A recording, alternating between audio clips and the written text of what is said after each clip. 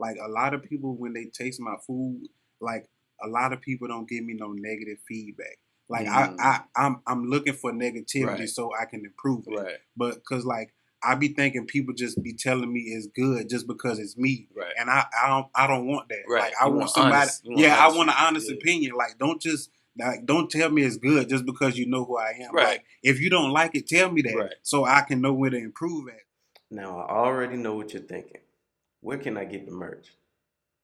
I'm glad you asked. You can find it at toostubborntofail.com. That's toostubborntofail.com. All right, now let's get back to the show.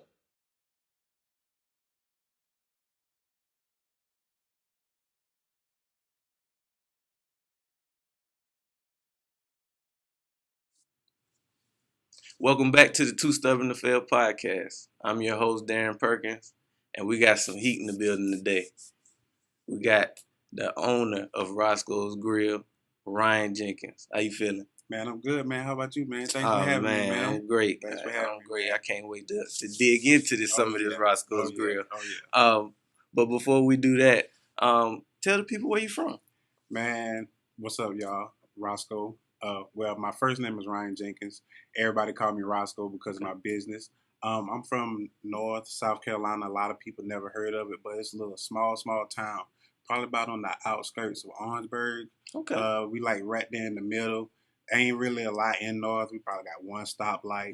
Man, we don't even got no grocery store, dog. So, would you say it's smaller than Union? Oh, absolutely. It's definitely smaller than Union, man. Like I said, we got one stoplight. We got 3 convenience stores all on the same road. Damn. I didn't think it could get smaller than Union. Man, a lot of people always say, man, like, ain't no way. But yeah, it's real small. Like I said, one stoplight. If you drive through that stoplight, you might as well say you out of North already. Dang. Yeah, it's crazy. So what was life like growing up there? Man, life, it wasn't bad. Like my parents, they did a good job raising us and everything like that. But you know, with small towns, it comes with small mindsets. Right. So it wasn't really much that we could really do. Like if you got a job, you probably had to drive to either Orangeburg or Columbia. Right. And that was like a 35, 45-minute drive to Columbia. Orangeburg probably was like 15 to 20 minutes. So it wasn't really a lot of resources for us. So that's why I started getting into the habit of playing sports so I could just stay after school and stuff like that. But it really wasn't much to do. Like, it wasn't a lot in North. So I had to start occupying my time with like sports. I played baseball, I played basketball. I never really got into football, but I would watch it. Right. So, but as far as playing it, I love baseball and basketball. Okay. Yeah. So where did your love for cooking come from? Man, actually, it came from my wife. Well, she was my girlfriend at the time, and she would always tell me, like, I would always cook, like, because she wanted to eat dinner and stuff. And she was like, you know, your food is, like, real good. You probably could start selling food one day. And I thought she was just trying to make me feel good, you know, because girlfriends got to make you feel good, right? So I was like, yeah, whatever. Yeah, you just saying that because we dating and you got to try to massage my ego or whatever like that. But the more I started doing it, the more I started falling in love with it because I used to work at a restaurant called Lizard Thicket, like that good country food. Oh yeah, yeah. And I started off as a dishwasher, and like people would just keep leaving and stuff like that. And I actually worked with my uncle, and my uncle was like, instead of trying to find another replacement, like let me just train my nephew. So he started training me on how to cook breakfast and everything like that. So I started getting good at it. And I think that's where the love came from because I would always wake up in the morning and cook breakfast all the time. Okay. So I think that's where the love came from. And I've just been doing it ever since. That's dope. I would assume that you've been cooking for a long time. Man, that a lot of people think that, and I actually haven't. Like I worked at Lizard Thicket from like 2012 to like maybe like 18, and then I just always I took the skills with me. Like everything I used to learn from the restaurants, I just took them with me, and I just started just putting my own little flair on it. Okay. Yeah, but a lot of people think I've been cooking for a long time, but I really haven't. Like it just I guess it just came natural to me. I guess this was my calling. Yeah, right. That's dope. Right. That's dope. Right. So I know you spoke on your wife being inspiration for making it into a business. But what could you remember? Like, what was your first introduction into entrepreneurship? My first introduction, I would have to say, probably watching people on TV. Like that was my first introduction. I was like, I always would see people on TV that just was out here hustling, like making money. So I just used to imagine like owning my own business one day. I never like been around people that actually had businesses because when, like I said, the town I came from, like not too many people had businesses. They were just trained and conditioned to go to work and come home. So like I never really seen nobody being an entrepreneur until I started watching TV, and I would watch these shows, and like one of them was like Shark Tank, and I would see people like inspiring entrepreneurs trying to pitch their ideas to people that got money and try to get an investment. So that's where I started getting to kind of feel like, maybe I should start a business one day because it seems like that's where it's at. That's dope. That's dope. So going back to the cooking aspect, it's not what people think. Could you kind of give us some tips on people who would want to they think they can cook good enough to turn into a business? What's some tips for people who just want they got some buzz? People just like you, wife or friends telling them you need to go ahead and make that into business. What's some tips you got for me? I would say to start off with like a little small tasting, like get some family and friends together. Because that's what I did. Like before I even ventured out and to say I was gonna start a business, like I knew my wife had my support, but I wanted to see what other people thought first before I started to sell my product because I ain't wanting to put that bad out, right?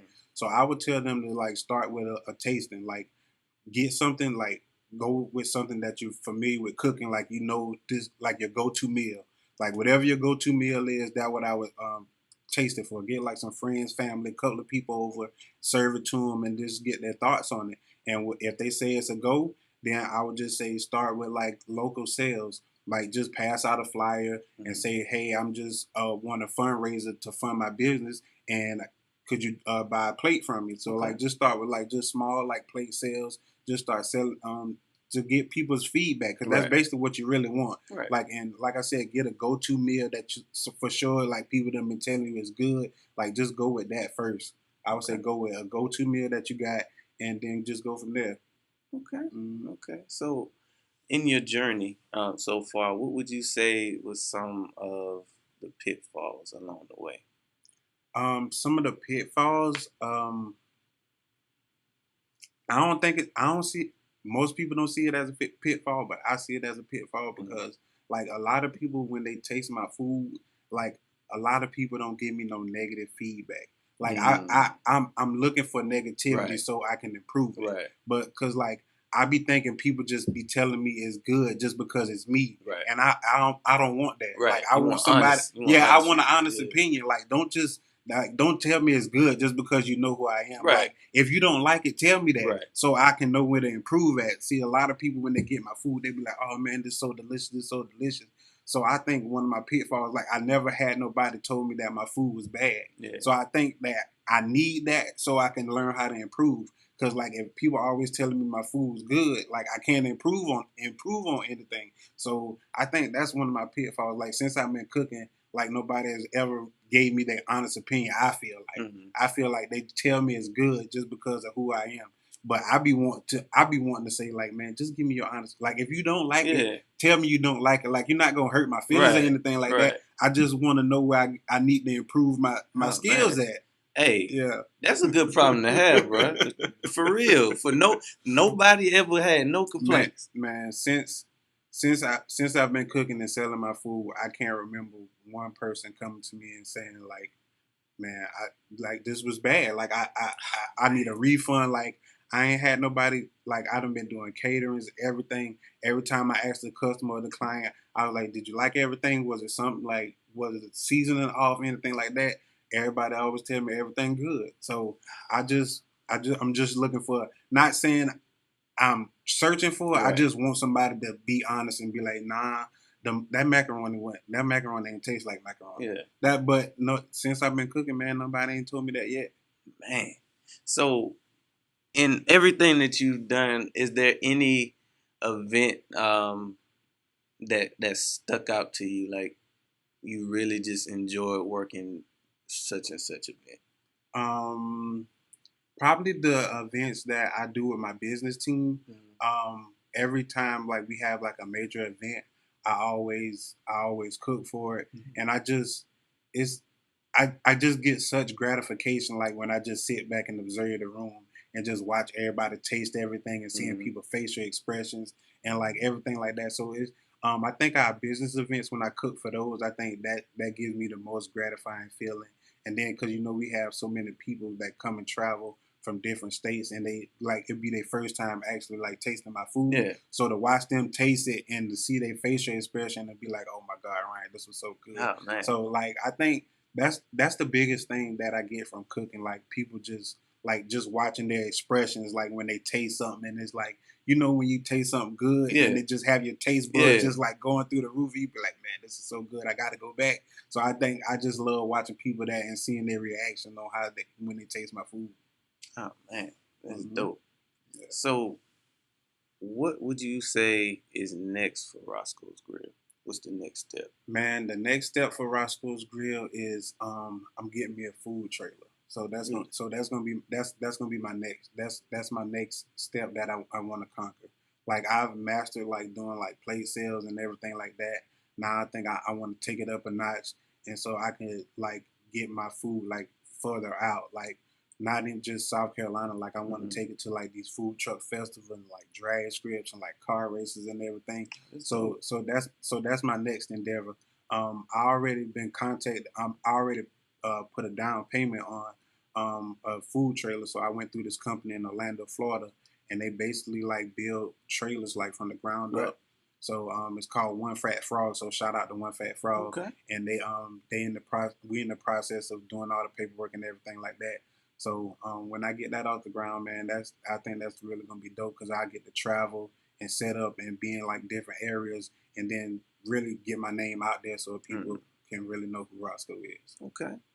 So as somebody who cooks a lot, you got to be some sort of foodie. Yeah. What would you say is who got the best food city wise? City wise, man, I've been to so many different cities, and I just love food. That's another reason why I like to travel. I would say it's a place. We went to San Diego, and they got a setup like it's called Little Italy. So it's like a whole like little atmosphere, like a little community, and it actually feels like you're in Italy. Like when you go down there, they got these big they got these water fountains. They got the Italy flag, the Italian flags, everything flying. And it was this restaurant. I think it was called Nona's. Like, and they had this braised short rib over some mashed potatoes. Man, when I tell you, like, that was the best food, like, hands down I ever tasted. San Diego. Yeah, San Diego, California. It's called Little Italy. It's, like, real popular. Like if you go to San Diego and ask somebody about it, they'll point you in that direction. I would say there and probably Houston when I went to the Turkey Leg Hut. Oh, I've heard of them. Man, if you ever go to Houston, definitely go to the Turkey Leg Hut, man. They got these massive turkey legs, and they basically stuff it with everything. They like stuff it with dirty rice, shrimp Alfredo, chicken Alfredo, like crawfish, like crab, man. Man, it's out the wazoo. But you definitely got to go early because the line be wrapped around the building. It is that popular in Houston. Yeah, like literally like around the building, around the corner. Like that's got to be good. Yeah, they be thick. So you definitely got you almost got to go like as soon as they open. Like as soon as they open the door, like you got to be waiting in line. Like as if you trying to go late on, like if you don't got no reservation, you probably gonna be out the next day because it be that thick. It be thick. Yeah. So when you doing your traveling, and you do taste something like that good, has it been anything that you tried to be like, oh, I gotta make this. I gotta make this part of the business. Not really. Like when I travel, I observe like the restaurants, like because most of the restaurants you can't really see the cooks, right? So I observe the restaurant and how they vibing, and but I think it was I can't remember the name of the restaurant, but they had this they had this stuff. Not stuffed mac and cheese, but it was a mac and cheese. And it had like different type of stuff in it. And I was like, that was pretty dope. And matter of fact, it was a restaurant in Sumter, and they had fried mac and cheese. Oh. And I was like, dang, how did they fry mac and cheese? Yeah. So I guess it came out like in a little ball. So I guess they like rolled it up in breadcrumbs or whatever, but it was perfect. I was like, man, I gotta try that. Like fried mac and cheese. I was like, and they're right. And I was like, a lot of people probably ain't never had that. Yeah. But yeah, that was probably one. It was in Sumter. I can't remember the name of the restaurant. But yeah, they had fried mac and cheese on their menu, and I was like, man, let me try that. And it was actually a hit. And I was like, man. Like I wanted to go back there and ask them like how they fried their mac and cheese. So, but I'm assuming because it had it was like nice and brown, so I already know they like put it in breadcrumbs and then deep fried it. Right. But I want to know how they like got it to hold together, like when they fried it. So yeah, probably fried mac and cheese probably be the one I'll try. That's gonna be dope. So, what would you say is the best part of being an entrepreneur so far? Man, probably the best part, man, is just the freedom. Like the freedom aspect of it, and knowing that you can do things on your own time. Like you don't gotta like rush to do anything because it's on your time. Like whenever I want to like do a plate sale or just do anything, like I got the freedom to just take my time and do it. Like I don't have to rush, like and stuff like that. But I would say the freedom is probably the best part, and actually just being able to be with my kids and have them with me. So that's probably the best part is that freedom that you get, and you don't got to have that anxiety of like being to work on time. Like you know how people get that anxiety of like, oh man, I'm late, and now they got to rush out the house and stuff like that. Like when you're an entrepreneur, you don't got to worry about rushing because you on your own clock. That's true. That's true. So speaking of the kids, what do you have any plan for how you want to introduce entrepreneurship to the kids? Man, to be honest, I think like my kids are so smart, man. My son is 4, my daughter is 3, and like just watching them and observing, like I think they already done figured out that we're entrepreneurs. Like I don't even have to introduce it to them, like because they be in the kitchen with me. Daddy, you about to cook? Daddy, let me do this. So like they already see the vibes, and when they're around their mom, they already know their mom be out here hustling, and they just be like, Mama. My son always asks me all the time, be like, Daddy, Mama got to go to work. And I was like, yeah, she got to go to work. She got to go help some people. So I think they already done picked up on it because like we are around so much. So I already know they done picked up on it. But to introduce it to them, I'm probably going to let them like travel with me on the food truck just to see what I really do like once they get older. And I think they'll be equipped. They fit right in because they be trying to cook all the time anyway when I'm in the kitchen. It's going to be part of the business. Yeah, right. They just going to fit right in. Okay. Yeah. All right. This has been a real dope interview. Man, I appreciate you for having me, man. Hey, of course. But what I like to wrap it up with is a too stubborn to fail moment. So a time that against all odds you were able to overcome adversity. Is it one time that sticks out to you like that? Man, I think it was when me and my wife, we experienced a house fire. And we just were like just sitting in the hotel because the Red Cross company, they had put us in a hotel, and we were just trying to figure out like what we gonna do now. And that's when Roscoe's Grill was like birthed. Really? Like, cause we were sitting in the hotel and we was like, man, we got to get some more income. Like, we got to figure out like what we got to do. Cause like that was like a low moment for us because we had just moved into the house and like a couple of months later it caught on fire. So that's when it came up. My wife was like, it's go time. We need this income stream. Like we about to start selling these plates. Okay. And she was like, well, what we gonna do? I was like, well, we just gonna sell these plates. She was like, well, what we gonna call it? And I was like, we gonna call it Roscoe's Grill. Okay, that's dope. I see how that came full circle. That was dope. Yeah, but it actually came like when I went to college. I went to Spartanburg Methodist, and you remember the movie Welcome Home, Roscoe? Jenkins? Yeah. So that's when a couple of my friends of mine was like, because my last name Jenkins, and they was like, man, you know what? We're gonna call you Roscoe Jenkins. and so when me and my wife was sitting down, she was like, well, what we gonna call the business? And I was like, let's call it Roscoe's. And she was like, it's all right. And then I'm good at the grill, cooking on the grill. I was like, well, let's call it Roscoe's Grill. And then boom, there you have it, Roscoe's Grill. Oh, man, that is dope. Yeah. So, before we get out of here, I know cooking is one thing, but it's also an art to grill. And everybody can't do that.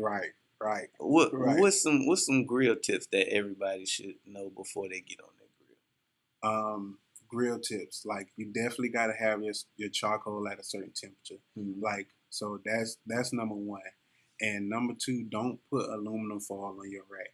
Oh, no? A lot of people think aluminum foil is going to help it not stick, but I don't use aluminum foil. Like when I get my charcoal nice and hot, I put my rack back on and I take an onion.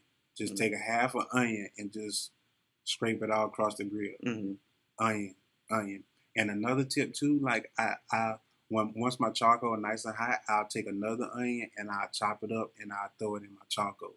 And I'll give it like an extra flavor. Like you can smell the aroma, like somebody can know you cooking on the grill from a mile away. Yeah. Like you drop them onions in there, man, it's just gonna be like, man. In the charcoal. And like people gonna already think you got meat on the grill just from that aroma. And then once you sit your rack on the grill, just take the other half of the onion and just rub it across, like get some oven mitts or something, and just rub the onion all across your grill. All across your grill. And what does that do? It helps it for not sticking. Because a lot of people like to wrap their racks in aluminum foil and think that's going to help it not stick. But that is definitely going to tear your meat up. Okay. Yeah. And another tip I got for you, like get like a small squeeze bottle. This is what I do, but I'm gonna give y'all my little secret. So like most charcoal, like once you open up your grill, the wind causes it to catch a fire. Right. A lot of people normally take water and try to throw on it. I don't use water. I make my own concoction. So I take like some water, vinegar, barbecue sauce, any type of seasons that you got. Just put it all in the bottle. Give it a good shake, and like once you see that fire, just start squirting it all over your meat, and now your meat has extra flavor, and you're not taking the water kind of takes the seasoning off it. Yeah. But if you make your own concoction and you just squeeze and you just shoot that on there, the flame gonna go out and your meat gonna have extra flavor. Man, you gonna have me getting on the grill tonight.